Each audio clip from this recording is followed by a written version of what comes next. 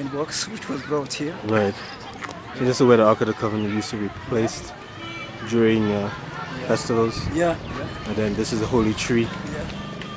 Why they call it holy tree? Yeah. Because it was just there for a long time. Because a lot of Saint Yared received holy Saint music Yared had his here, miracle here, yeah. this place. So Yes. it's holy place. Welcome back, everybody.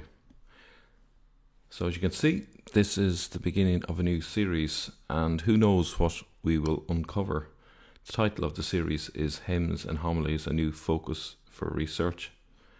And what we are in particular looking at is the idea that there are Christian texts which influenced the writing of the Qur'an. A number of scholars have indicated a link between the Qur'an and Christian hymns, notably Gunther Luhling and Christoph Luxemburg, and I'm sure many, many more. But those are the two most popular ones. So I'm going to be looking for any evidence for links between hymns, Christian hymns that predated the Qur'an, and I'm looking for direct similarities and also for examples of intertextuality, which is the notion that a text, instead of borrowing directly, makes allusions to it or uses the ideas or perhaps even just an odd word or here or there. It can be quite tricky to know when a piece of text has been influenced by another piece of text. I was reading a book by an author whose name escapes me, but it was about Bob Dylan, and he was looking at the intertextuality of his song lyrics, and I was amazed at where the lyrics were being influenced from, and everything from Ovid to Homer to folk songs to you name it. It came from all over the shop, and it wasn't a clumsy borrowing, but often it was the use of a phrase but then reworked and where possible made even better and more poetic. So it's not just a simple case of finding a paragraph that has been plagiarized from an earlier text. It's a little bit more subtle. Now, it's not to say that coincidences don't happen, but there's usually enough there to determine if, or there should be at least, to determine if there's some sort of influence between two texts. So what evidence is there that Ethiopian texts may have been used in the Qur'an? The strange presence of Ethiopic words is a clue that there's something going on. According to G.S. Reynolds, the Arabic words Injil, Gospel, and Ma'idah, Table, are likely Arabized forms of the Ethiopic words Wangel, itself derived from the Greek Evangelion, meaning Gospel, and Ma'ed, meaning banquet or table. And this comes from, as I say, G.S. Reynolds in his book The Qur'an and the Bible. Manfred Kropp researched the topic Ethiopic influence on the Qur'an and early Islam since 2002, and I found a paper which is listed there called Beyond Single Words, and you can see that there are 4 words in particular that he focuses on. The one that I'm going to focus on today is Ma'idah. He says that now it is evident that the loan words are the best and clearest indicators of influence, but even these have not been really studied exhaustively. Many questions have been left open, even in the magisterial study of Noldeke and those of his followers. Were these words already known in the contemporary Arabic of Muhammad's time, or are they innovations of the Quranic text and message? And obviously a note in passing that Kropp assumes the standard Islamic narratives. Even if we cannot tell whether these words were already current in pre-Islamic Arabia before Muhammad's time and before his message, these terms form a special layer of the vocabulary expressing religious concepts in the core of that message. Special emphasis on that last part. If we can say and decide that they are definitely Ethiopic, and not, let us say, Aramaic, Syriac, and so on, or at least that they have not arrived directly from these spheres, then we will have an important statement about possible religious and cultural influence. Now we use that word intertextuality again. We're talking here that intertextuality, not direct borrowing of Christian texts, is involved, according to him. In this volume, Bowering rightly points out that still today we cannot precisely identify textual parallels in the Qur'an and Jewish or Christian texts. Instead, we have only loose or vague allusions which point to a rich oral transmission to Muhammad of the concepts and contents of foreign texts, not to a direct contact by reading or reciting those texts. I think a lot of what he says there is arguable, the assumption that it's just merely through oral transmission. He obviously accepts the standard Islamic narrative that Muhammad is illiterate and that he is getting these ideas through an oral tradition. We don't know if any of that's true, and in fact I doubt if much of that is true. But even that aside, I think there's still something to explore there. The other thing I would say is Christoph Luxemburg and Luling would probably contradict what he's just said and say that no, there are actual textual parallels between the Quran and Jewish and Christian texts, and that's something I'd like to explore further, just to either confirm or deny that. So it'll be interesting to see what we discover over the next few videos as we work our way through these. He goes on to say that in the 3rd century AD, Ethiopia was exerting military and political force in Yemen. It established garrisons and stable settlements in the Tihama. Probably the Ethiopians never left Yemen again until the time of Abraha, the Ethiopian but independent ring of Yemen of the middle of the 6th century, and the subsequent Persian invasion some decades before Islam. Some mosques in the Tihama till today show architectural features of Christian Ethiopic churches. When it comes to the question of Ethiopic influence, one has first to consider an important fact. Ethiopia is first Christianized by a Lebanese man, a merchant's son of Tyre, called Surah. The Ethiopian church formally and juridically depended on the Patriarchate of Alexandria, but most of the important and influential missionaries came from Syria and Palestine. The same region also heavily influenced adjacent Arabia. As a result, it can be difficult to decide if a given word or a given influence came directly from Syria-Palestine or via Ethiopia to Arabia.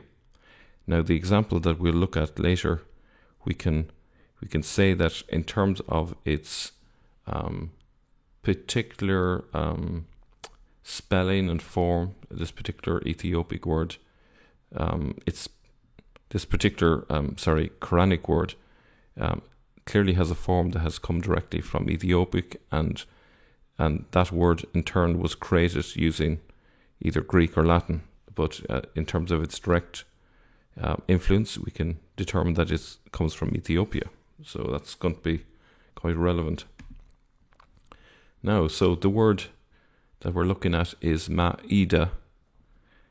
It has no etymological explanation in Semitic. That's hugely significant.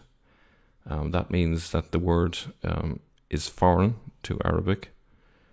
So what does he have to say about it? He says Ma'ida in the Quran, which is Surah 5, verse 112 and 114. It's a clear borrowing from Ethiopic ma'edda, with the meaning table, dishes, banquet. As usual for the words for table in these languages, it is a foreign word having no etymological explanation in Semitic. The etymon is most probably Vulgar Latin or Koine Greek. Majida, or table, plate of wood, silver, and so on, only rarely attested in literature. The translators of the Ethiopic Bible replace consequently Tarapeza, which would have been the Ethiopic word that they could have used, by Ma'ida, obviously producing the word from the word Majida, thus following the general guidelines for early Christian Bible translators to use a popular, generally understood language, not necessarily a literary one. So if they've taken the word Majida, they've turned it into Ma'ida. Okay, and the evidence for this is that it's in the Ethiopic Bible, which is pretty strong evidence. And note the name given for Surah 5, Al-Ma'idah, is Ethiopic in origin as a result of what we just said. And just to reiterate, the vulgar Latin or Koine Greek word Majida became first Ma'idah when the Bible was being translated into Ethiopic. Now, I'm not sure why there's sort of a ambiguity about whether it's Latin or Greek. Our author doesn't say. We'll leave that question aside. If there are any linguists watching, maybe you can clarify that. Is it coming from both languages? Is the word existing in both languages? That would be nice to know. Okay, so first thing, Surah 5, there are 4 references to light, and there are 2 examples below, and this is going to be relevant to a text that we'll see in a bit. A light from God has come to you in a clear book, and then again, he brings them out of darkness into light. Now we have further on in Surah 5, the familiar passage where the word Ma'idah is used in the Arabic, and it's translated as table.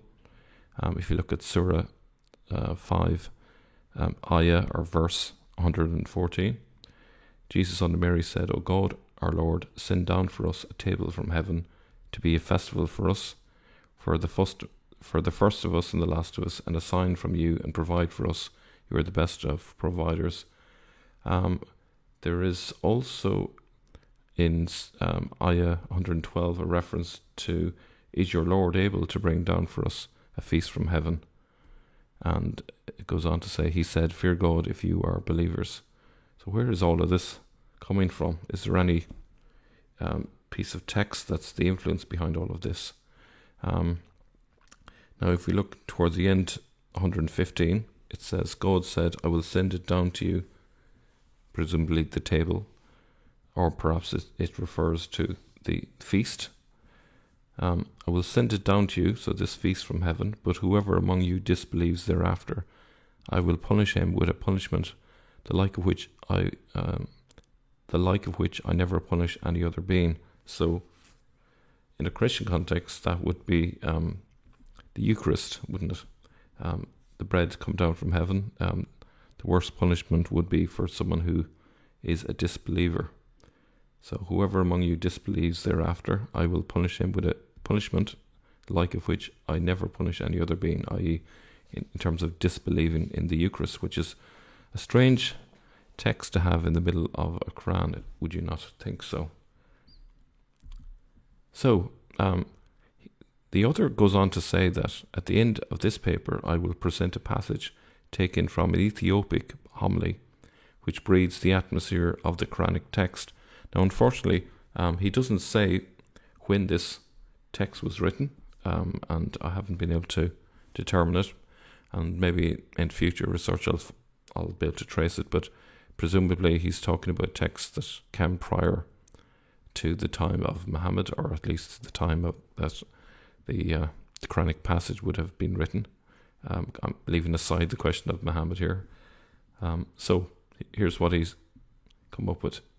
He says, the homily of John, Bishop of Aksum. This is the direct source. And you can see the source that he has taken it from was originally identified in 1898. So this text has only been translated about 100 years, and it is not very well known. So this is probably the first time it's even mentioned on YouTube. So another first here for this channel. So here it is. the homily of John, Bishop of Aksum, in honour of Garima. The 9 saints from the Byzantine Empire have come to Ethiopia, share a house there, celebrate common prayers, and dedicate their lives to preaching and works of charity. I presume that part is just an explanation piece. It's not part of the actual text itself, because it's unlikely that the word Byzantine Empire would have been used, in the 7th century or 6th century, let's say. So we're going to assume that everything beyond that is from the actual homily. Every time they came together at the table, Ma'ida, lights descend on them, shining like the sun. So you have the 2 key words together in that one sentence. Table, the Ma'ida, so it's a direct link, and also the idea of lights. You remember the light was being referred to 4 times in that surah. They tasted food only at dawn in the morning, and on the Sabbath, on Christmas, the day of his birth, and on the day of Epiphany. On the day of the miracle of Cana, they did not taste food except the Eucharist, flesh and blood of Christ, and on Easter and Pentecost they ate only 3 grapes of wine. Goes on, angels descend to tell them to disband, that each of them might search his own region to preach. The angels are welcomed in the saints' house. And when they had completed the washing of the feet of the angels, and had drunk the remaining water, they sat for meal, and the light appeared as usual. Again, the reference to light. When they had finished the table, Ma'ida, they heard a voice coming and calling on them. Angels were visiting them. They had visions of our Lord, until they were capable of resurrecting the dead, healing the lepers by their prayer, as well as making the blind see, and the lame walk, and the deaf hear. Thus they performed many miracles, and the lights, as usual, kept descending from heaven on their table, Ma'ide. Thus they stayed for 13 years. It goes on to say, then a monk came to them named Malkianos, who did not know any other work than women's hairdressing. He made his living out of that. He did not sit at their table, and ate his bread alone. Thus they rebuked him, but thereafter these lights departed from them, and shone above that monk. The saints then asked, where are our lights that used to come down from heaven on our table, Ma'idas? Why are they now hidden from us? The monk answered them, my masters, today this light is shining upon me. At this moment they understood and said, that happens because we have rebuked this monk. They embraced each other, wept bitterly for 40 days and nights, and then they departed separately, each one in his new region. So, a very interesting piece of text and a very important piece of evidence. We can see here that an Ethiopic word was used for Surah 5, and it was influenced directly by a homily, from what we can tell, from a homily by a bishop of Aksum, which is in Ethiopia, just across the Red Sea from Arabia. So leave your comments below and tell me what you think. And do you think that there is any substance to the idea that the Quranic writers might have been influenced by hymns and homilies from their time, or perhaps from before their time? So leave your comments below, and I look forward to reading them.